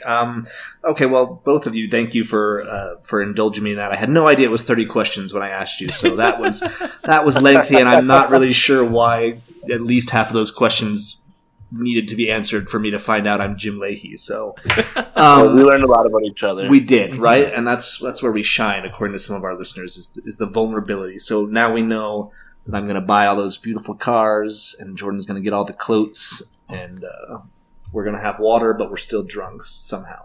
So with that, Jordan, thank you so much for being here. Before I let you go, did you have anything you want to plug, or anything you wanted to bring to our listeners' attention? Well, I will plug, I'll plug both of my shows again. So I'll start with the one that's not really doing much right now, which is Infinite Horizons Radio. It's an improvised homage to shows like Coast to Coast AM and kind of that, I just literally just fucking swallowed a fly. Yeah. Nice. Literally a gnat just flew into my mouth. I'm having trouble with some fungus gnats on my bird of paradise plant, so I'm dealing with that right now. But anyway, so Infinite Horizons is kind of an homage to late night radio, and you can check that out at anchor.fm/Infinite Horizons Radio. And then the other one that's really kind of more of a ongoing concern is something called Holy Shit, I Have ADHD, which is a show I do with my friend Robbie McDonald. We were both diagnosed last November at, I was 38, she's 53. And so it's kind of about us figuring out pretty, relatively late in life that we have ADHD. And we're got a new episode coming out tomorrow because we actually just hit 20,000 plays, which is a big deal for us. So it's awesome. Our 20,000 plays anniversary episode coming out first thing tomorrow morning. And yeah, you can check that out at anchor.fm/Holy Shit, I Have ADHD. And yeah, I think tomorrow's our 30th episode too. So getting up there, starting to do some numbers. So that's awesome. Congratulations on that, and that's super exciting. And the beautiful thing is, since you've been on our podcast before, I have an email with all the links, so I'll be able to drop that on the description for this episode without you having to do anything else. So perfect. All right. Well, again, thank you so much for being here, Jordan. We really appreciate it. Absolutely. Yeah, thanks for hanging out. Yeah, love to come and talk about Trailer Park Boys or whatever CanCon anytime you need to. So, all right. The Zeitgeist Lab Collections podcast, hosted by Brian and Alex, edited by Poli-Sci Alex, executive produced by Pan Blurry for Itchy Grundle Podcast.